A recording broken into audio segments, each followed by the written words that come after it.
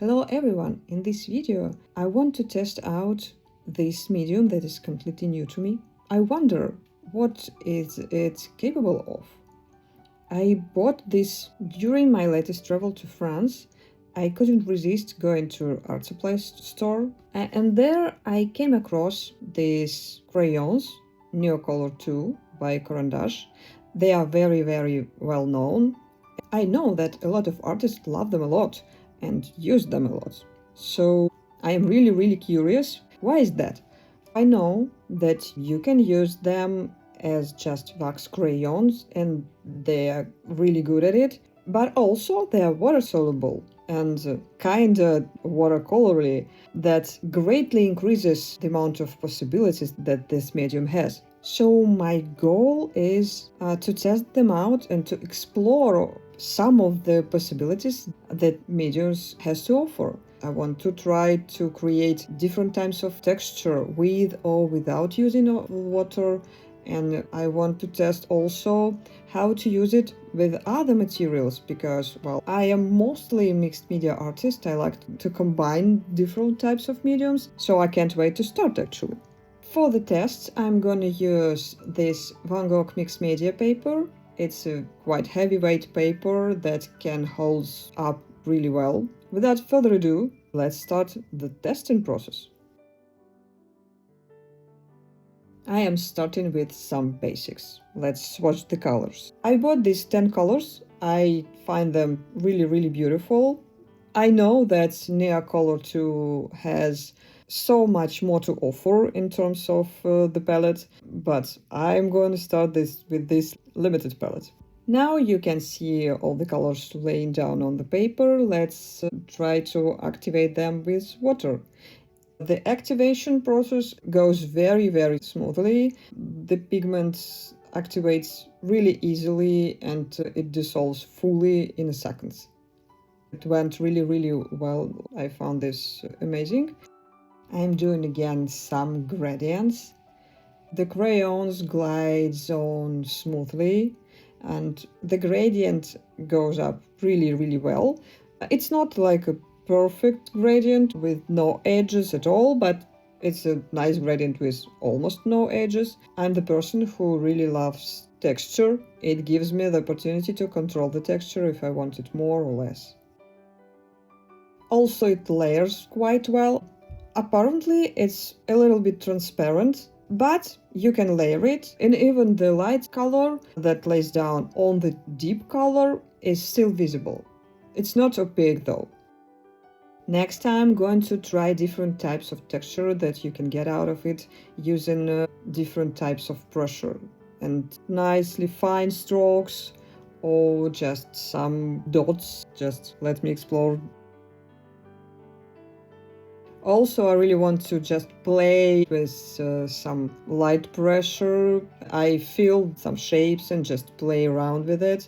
And it's actually really fun. It blends together nicely. And with the light pressure, it also builds up nicely. It can handle so many layers.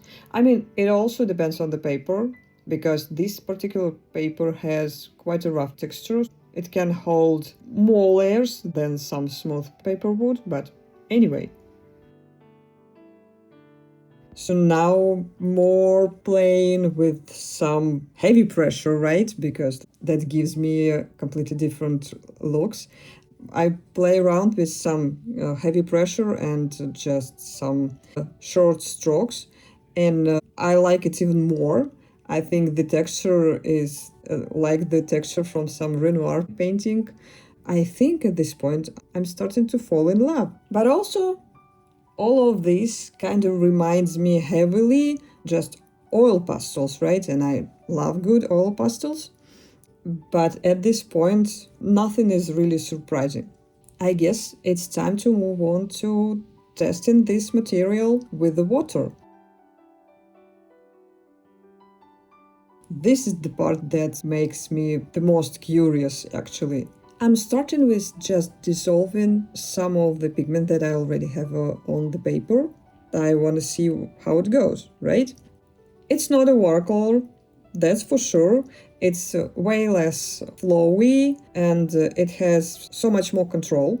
So if you're the one who is afraid of watercolor because how uncontrollable this medium is, so maybe this is your watercolor of choice. But it dissolves really, really well. Actually, a bit better than I was expecting it to dissolve. And also it mixes together really well, so I'm impressed at this point. But I want to test more. Let me try drawing on the wet paper, so wet on wet technique kinda.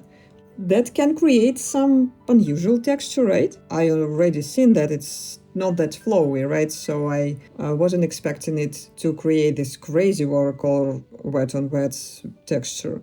But it dissolves a little bit and it creates some really, really mild texture. It diffuses just a little, it softens around the edges. It's just a little tiny bit of texture. I mean, this texture is not like fireworks and like mind-blowing or something, but it's different, so it can be used a lot. It's a wonderful and an interesting opportunity. And I want to play with water more. I think this one should be especially interesting. I am going to spray water on top. Oh yes, this is fun. Oh, this is fun. Look at this. This is so cool. This is definitely usable in some landscapes or abstract art or just some abstract background. Yeah, this is cool. This is cool. In this part of the video, I'm going to test the Neocolors with some other materials. What textures can it create? How well it lays down on some other different mediums? How good it is in mixed media? Well, I assume it's brilliant, but let me see it myself. For this part, I draw 4 different really simplified trees with 4 different materials, right? Watercolor, gouache, acrylic markers, and colored pencil.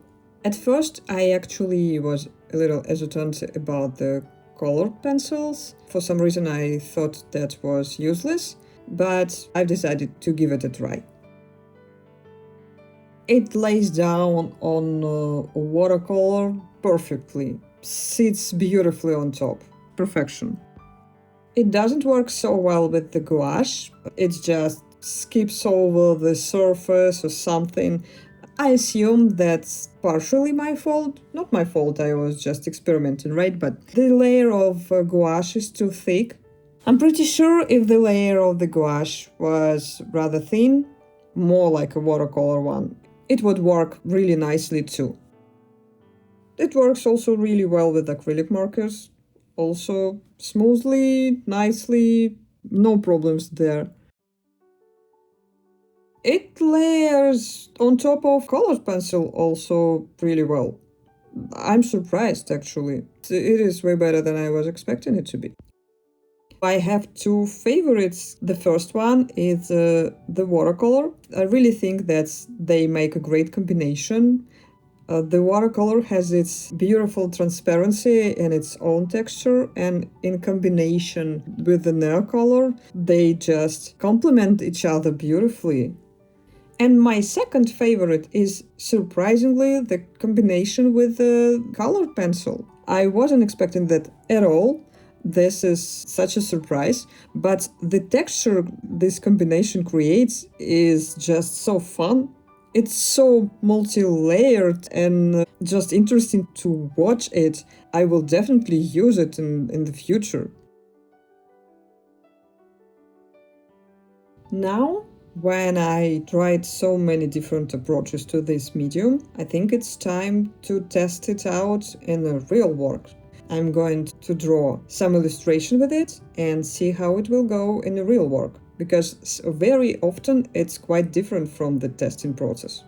I originally planned to draw a landscape. I think all of these textures and possibilities can really thrive in a landscape. But I've recently watched The Odyssey by Christopher Nolan, and now I have a lot of ancient Greece on my mind. So I really wanted to draw something ancient Greece themed. So I decided to combine these two ideas, which is not that hard to combine actually, and go with the woman in a ketone sitting beneath an olive tree. So what is my plan for this illustration? First of all, I really liked how these crayons lays down on top of the watercolor, and they are watercolor themselves, right? So I think I can use them as a watercolor and then to lay them down in a dry form on top of that. Let's start with the first layer. I am keeping everything really light and loose here. I use plenty of water. I'm starting with those mountains that you cannot really tell they are mountains if you don't know it, but there will be some atmospheric perspective, you know. And I am filling up the whole paper with this light color to combine it all together. Now when the first layer is dried, I can move on to the second one. Here I wanted to block in the tree. I lay down the chalks dry and then dissolve them with the water. I'm treating the tree as one big shape without many details, but I introduce some color variations here. Also, I'm adding a little bit of color on the sitting woman. There are still no details on this second layer, but now you start seeing the composition. Finally, now it's time to refine the details with some dry techniques. I really enjoy drawing the tree with this method. The only thing that the light crayon is not really opaque, so it's semi-transparent, and I cannot get enough of the light shades on top of the tree, but it's still beautiful. The biggest problem is some details on the girl, because the whole picture is quite small and the detailing process is hard because the crayons, they are crayons and therefore they don't have this fine tip, right? The crayons are just too chunky for such details, and this why the face and the hands and also the drapery, it's just impossible to draw this way, but maybe it's okay, let's keep it abstract. At the very end, I've decided that the texture at the bottom of the painting, where the shadows under the girl and the trees are, just draw too much attention to itself.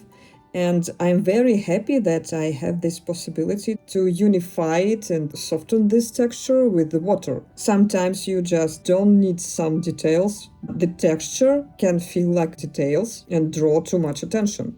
And I have this opportunity to just get rid of it. And now it's ready. What do you think? I think this is a wonderful medium. It is incredibly versatile. I can definitely see myself reaching for this a lot. It opens up so many possibilities and offers so much creative freedom. Honestly, I feel like I've only scratched the surface of all of these possibilities that it has to offer. I want more. Now I want to just use it in my normal practice, and I want to understand more how it will suit me better in my art, and I can't wait to do this. Anyway, thanks so much for watching. I hope this gave you a few ideas for your own artwork. If you enjoyed this video, give it a thumbs up and subscribe for more. Goodbye!